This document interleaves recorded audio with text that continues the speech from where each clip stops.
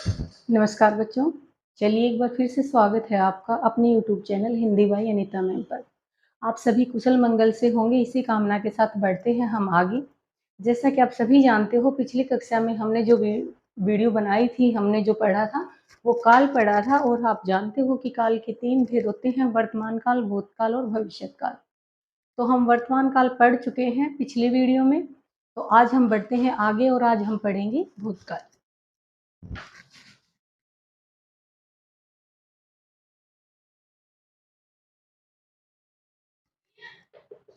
आज हम पढ़ेंगे भूतकाल। जैसा कि मैंने पिछली वीडियो में भी आपको बताया था, जब क्रिया का बीते हुए समय में होना पाया जाता है वो क्या होता है? भूतकाल। जब किसी भी क्रिया का बीते हुए समय में होना पाया जाता है उसे हम क्या कहते हैं? भूतकाल कहते हैं। तो मैंने बोला था आपको कि भूतकाल के कितने भेद होते हैं? 6 होते हैं। जैसे कि वर्तमान के 5 होते हैं, ठीक उसी प्रकार से भूतकाल के कितने होते हैं? 6 भेद होते हैं। तो चलिए जानते हैं विस्तार से उनके बारे में। तो जो हमारा सबसे पहला रहेगा वो रहेगा जी सामान्य भूतकाल। सामान्य भूतकाल। सामान्य भूतकाल कौन सा होता है? जब क्रिया का भूतकाल में सामान्य रूप से होना पाया जाता है। जब क्रिया का बीते हुए समय में, भूतकाल का मतलब बीते हुए समय में सामान्य रूप से होना पाया जाता है, उसे हम सामान्य भूतकाल कहते हैं। तो जैसा कि हमने वर्तमान को पहचान के साथ याद किया था, उनकी पहचान बना बना के, ठीक उसी प्रकार से हम यहाँ भी पहचान ही पढ़ेंगे। तो हम जानेंगे कि सामान्य भूतकाल की पहचान क्या होती है। तो किसी भी वाक्य के अंत में आ, ए, ई आ जाए, किसी भी वाक्य के अंत में आ, ए, ई आए, वो आपका क्या होता है? सामान्य भूतकाल होता है। अब ये पहचान तो शायद आपको थोड़ी सी अजीब सी लग रही होगी, ऐसा कौन सा वाक्य होता है जिसके अंत में आ, ए, ई आए? और मैंने भी बोला था अंत में भी किसके साथ होता है, ये आपको हमेशा धातु के साथ जुड़ा मिलता है। तो वो आपके क्या कहलाएंगे? सारे के सारे सामान्य भूतकाल। किस प्रकार से, आइए उदाहरण देखते हैं। उदाहरण पढ़ते ही आपको सारी चीजें अपने आप समझ में आने लग जाती हैं। जैसा कि मैंने कहा, राम ने पाठ पढ़ा। अब आपको तो ये लग रहा होगा इसमें तो कुछ भी नहीं है भाई, हमारे पास एक धातु होती है पढ़। आपको पता है ना, पढ़ से ही पढ़ना शब्द बनता है। और मैंने बोला था जिसके पीछे हम ना जोड़ते हैं वही हमारी क्या होती है? धातु होती है। तो पढ़ क्या है? धातु। और पढ़ के पीछे यहाँ पर क्या जोड़ा हुआ है? आ जोड़ा। जब पढ़ के पीछे आप आ जोड़ते हो तो क्या बनता है? पढ़ा। तो इसमें अंत में क्या आ गया? ए आ गया, आ आ गया। तो जब भी वाक्य के अंत में आ आता है वहां पर हमेशा कौन सा होता है? सामान्य भूतकाल। अगर सिंपल से ऑप्शन दे रखे हैं वर्तमान, भूत और भविष्य, तो आपका भूतकाल रहेगा। लेकिन अगर भूतकाल के भी भेद पूछ लिए जाते हैं तो आपका कौन सा रहेगा? सामान्य भूतकाल। जैसे अगला उदाहरण हम देखते हैं।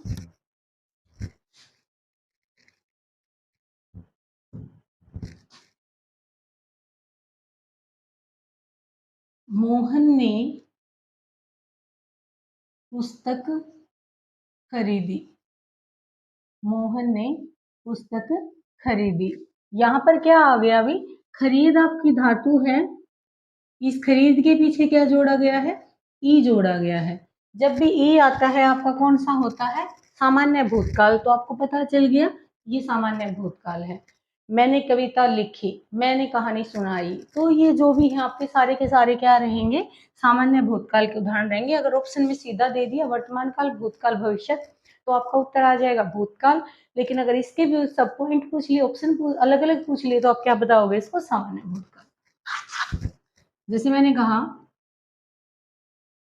बच्चे घर गए, ये ऐसा उदाहरण है। मैंने, अगर आप लोगों ने क्रिया पढ़ी होगी ना मुझसे, आपने मेरी वीडियो देखी होंगी क्रिया की, तो मैंने एक क्रिया में आपको बताया भी था कि हमेशा हिंदी में अगर हम गया शब्द मानते हैं तो गया का अर्थ क्या होता है? जाना। जाना। तो जा के पीछे हमने क्या जोड़ दिया? ए। तो क्या आ गया आपका? गए बन गया। तो यहाँ पर आ, ए, ई आ गया। तो किसके उदाहरण रहेंगे? सारे के सारे, ये सारे के सारे आपके रहेंगे सामान्य भूतकाल। चलिए आगे देखते हैं। बहुत ही महत्वपूर्ण है अगला भी आपका, काफी इंपॉर्टेंट है तो आपका ये वाला पॉइंट नंबर 2। आसन्न भूतकाल। आसन्न भूतकाल, आसन भूतकाल। परिभाषा को बड़े गौर से समझेंगे एक बार, थोड़ा सा हम परिभाषा पे ध्यान देते हैं इस टाइम पे एक बार। जब क्रिया का निकट भूतकाल में होना पाया जाता है, जब क्रिया का निकट भूतकाल में होना पाया जाता है, वहां उसे हम क्या कहते हैं? आसन भूतकाल, निकट भूतकाल। देखो मैंने पूरी परिभाषा तो बोल ही दी आपको, एक बार गौर से देखेंगे। मैंने कहा जब क्रिया का निकट भूतकाल में होना पाया जाता है वही क्या होता है? आसन भूतकाल। निकट भूतकाल से मेरा मतलब क्या है कि काम तो आपका हो चुका है, बीते हुए समय की ही मैं बात करूं, भूतकाल की बात करूं, लेकिन उसको कोई बहुत लंबा समय नहीं हुआ है, उस क्रिया को हुए कम समय ही होता है, उसी को हम क्या बोलते हैं? निकट भूतकाल, या फिर हम कहते हैं उसको आसन भूतकाल।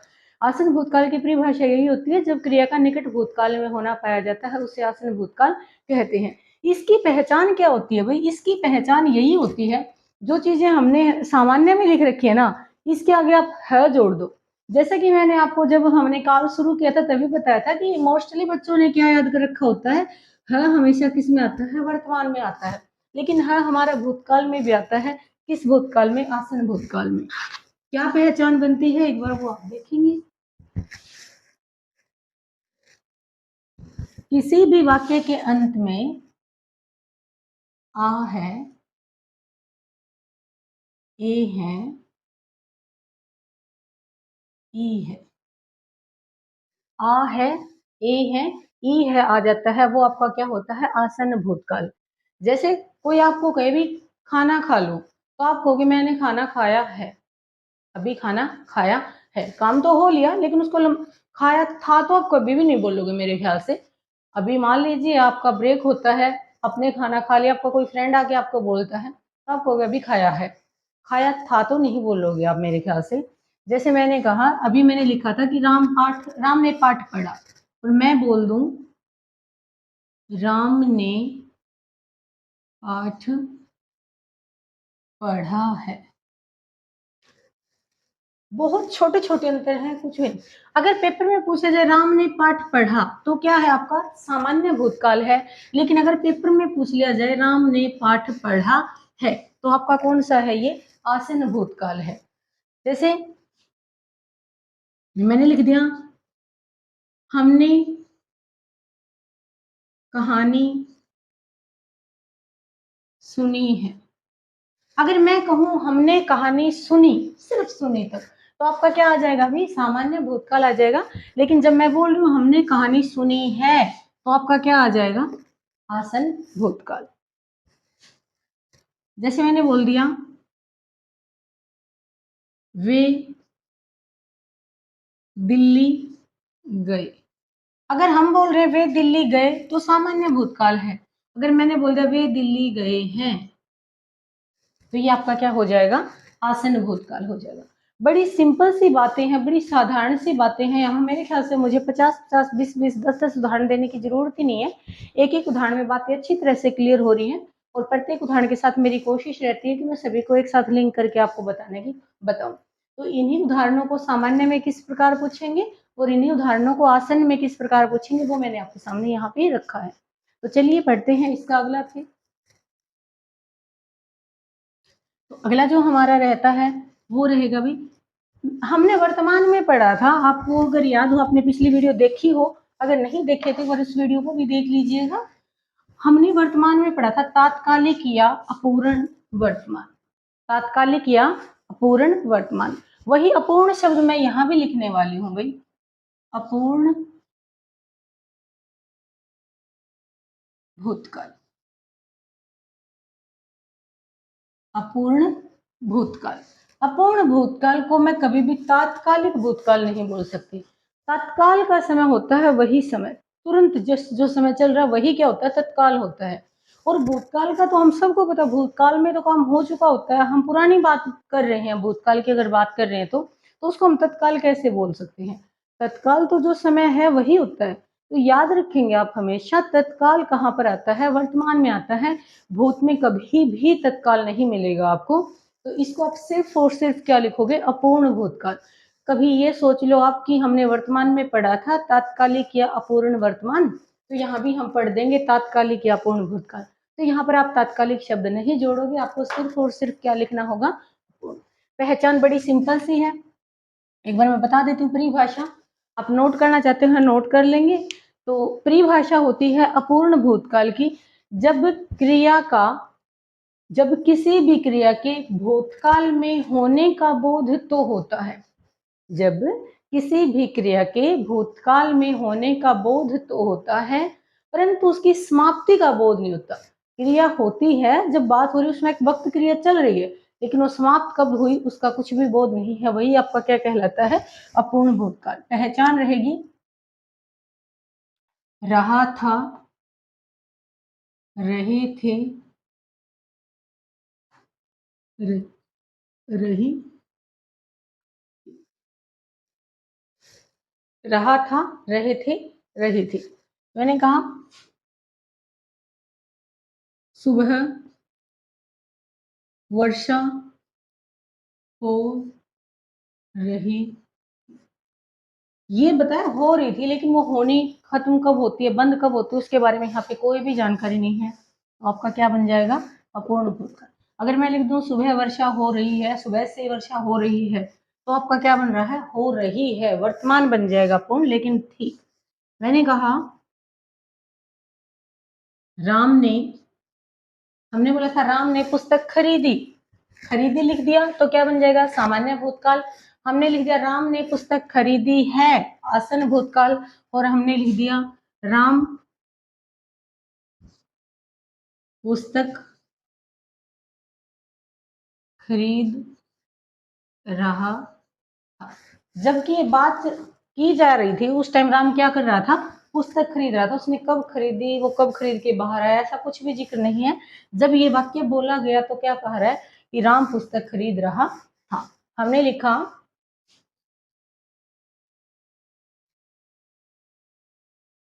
बच्चे क्रिकेट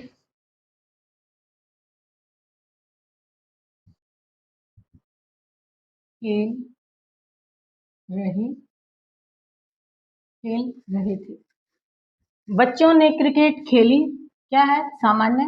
बच्चों ने क्रिकेट खेला है, ये आपका क्या है, आसन। बच्चे क्रिकेट खेल रहे थे, ये आपका क्या है, अपूर्ण भूतकाल है।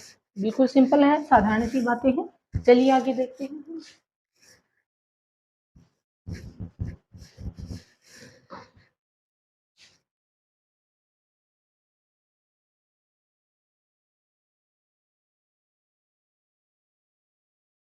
पूर्ण भूतकाल, पूर्ण भूतकाल,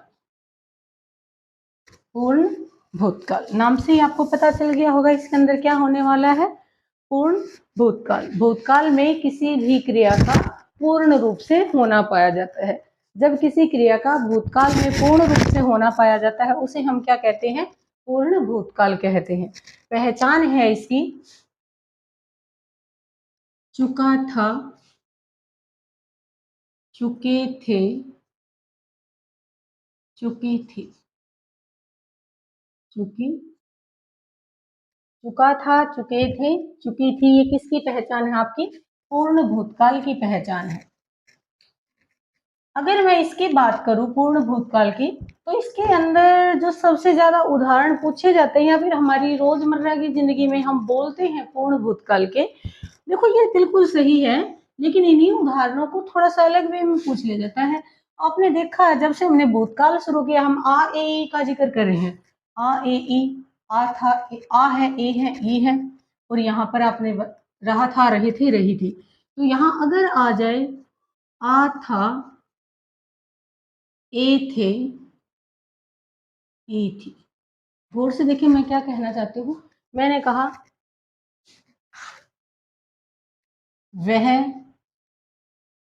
पाठ पढ़ चुका था, वह पाठ पढ़ चुका था। तो चुका था देखते ही हमें पता चल गया पूर्ण भूतकाल है।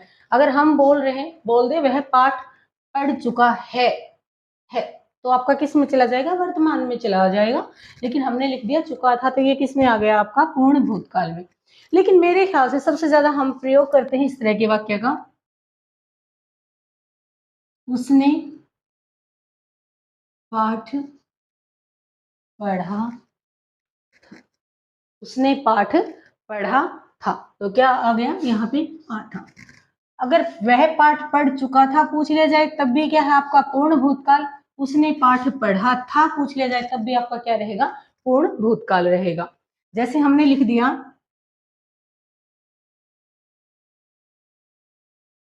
मैं परीक्षा दे चुकी थी। मैं परीक्षा दे चुकी थी। लेकिन हम क्या लिखते हैं इसको? एक बार देखेंगे भी गौर से।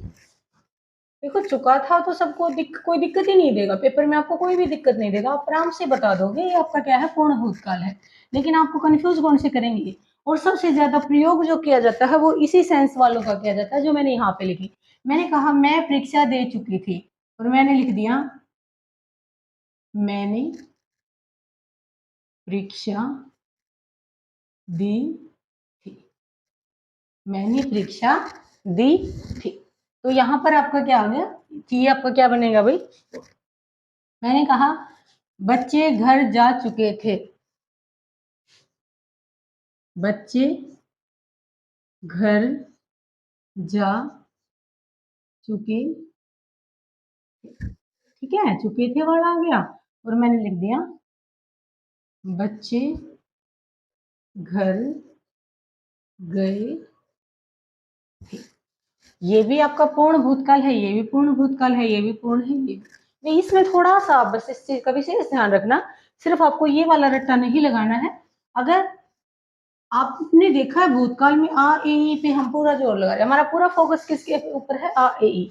यहाँ आ ए ई, यहाँ आ है, ए है, ई है। यहाँ पर आपका क्या आ जाएगा? आ था, ए थे, ए थी। क्लियर है? चलते हैं आगे।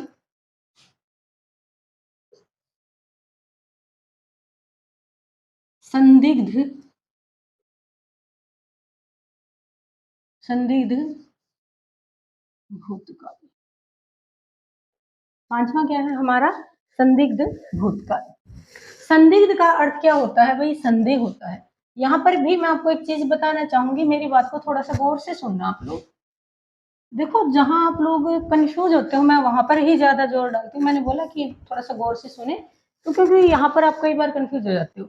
जो ये संदिग्ध शब्द है और एक संभाव्य शब्द है, आपने देखा हमने वर्तमान में संदिग्ध और संभाव्य दोनों पढ़े हैं, लेकिन भूतकाल में मैंने क्या लिखा है? संदिग्ध भूतकाल। क्योंकि भूतकाल में संभाव्य का मतलब संभावना, जो बात हो चुकी है उसके ऊपर संभावना तो हो ही नहीं सकती। संभावना तो ये होती है कि ये हो सकता है, ये हो सकता है, वो क्या होती है? संभावना। लेकिन यहाँ पर संभावना कैसे बोल सकते हैं? जो बात हो ही ली है, जो काम हो ही चुका है, उसके बारे में हम संभावना तो कभी भी नहीं बोल सकते। तो इसको हम क्या कहेंगे? संदेह। संदेह है भाई, हो सकता है तूने ऐसा किया हो सकता है भाई तेरे 98% नंबर आ गए हो, मुझे विश्वास नहीं हो रहा तू कभी फेल हुआ होगा। हम कुछ इस तरह की बातें करते हैं, तो वो क्या होता है? संदिग्ध होता है, संदेह होता है, उसमें कभी भी संभावना नहीं होती। संभावना भविष्य में और वर्तमान में होती है, और भूतकाल में सिर्फ और सिर्फ क्या होता है? संदेह होता है, संदिग्ध होता है। तो जिन क्रियाओं के भूतकाल में होने पर संदेह पाया जाता है, परिभाषा को नोट कर लेंगे भाई जो बच्चे नोट कर रहे हैं वो। जिन क्रियाओं के भूतकाल में होने पर संदेह पाया जाता है उन्हें संदिग्ध भूतकाल कहते हैं। पहचान वही है, मैं बार बार आपको याद रह जाए इसलिए रिपीट कर रही हूँ शब्दों को। आ ए ई, आ ए ई। यहाँ आ ए ई, यहाँ आ है, ए है, ई है, यहाँ आ था, ए थे, ई थी, और यहाँ पर आएगा आपका आ होगा, ए होंगी, ई होगी, ई होगी। भूतकाल में बस इन चीजों को आप विशेष रूप से याद रखेंगे तो आपका क्या रहेगा? संदिग्ध। अगर साथ में होगा आपने पढ़ा, वर्तमान में भी हमने ता होगा, ते होंगे, ती होगी पढ़ा है संदिग्ध वर्तमान में, और संदिग्ध भूतकाल में हम क्या पढ़ रहे हैं? आ होगा, ए होगा, ए होंगी, ई होगी। जैसे मैंने कहा वह घर गया होगा। अगर मैं बोल दूं वह घर जाता होगा, अगर मैंने बोला वह घर जाता होगा, फिर तो आपका क्या बनेगा, संदिग्ध वर्तमान, क्योंकि ता होगा आ गया ना साथ में, लेकिन अब की बार क्या आ गया है, आ होगा, तो ये आपका क्या बनेगा, संदिग्ध भूतकाल। जैसे मैंने कहा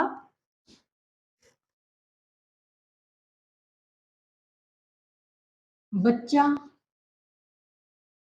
सोया होगा।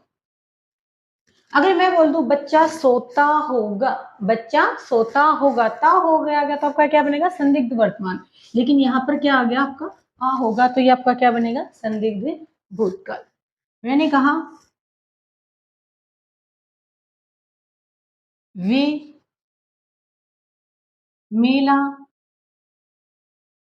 देखने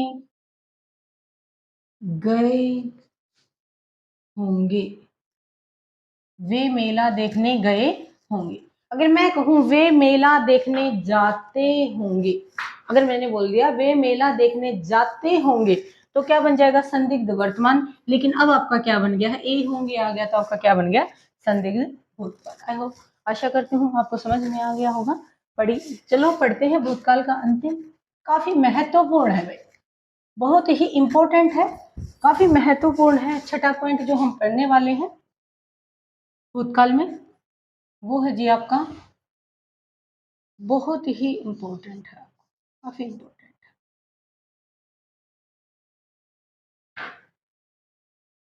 हेतु हेतु मद भूतकाल, हेतु हेतु मद भूतकाल, कोई पहचान नहीं है, परिभाषा को गौर से सुनेंगे भाई, पहचान नहीं है इसके लिए, परिभाषा आप लोगों को सुननी पड़ेगी। भूतकाल में किसी एक क्रिया के पूरा न हो सकने के कारण, भूतकाल में किसी एक क्रिया के पूरा न हो सकने के कारण किसी दूसरी क्रिया का पूरा होना भी नहीं पाया जाता, उसे हेतु हेतुमद भूतकाल कहते हैं। सिंपल से शब्दों में मैं बता दूं, भूतकाल में कोई एक काम नहीं होता है, उसी की वजह से दूसरा काम भी नहीं हो पाता है, वही क्या होता है, हेतु हेतु मद भूतकाल। बात यहां पर भूतकाल की करूं कैसे, मैंने बोला यदि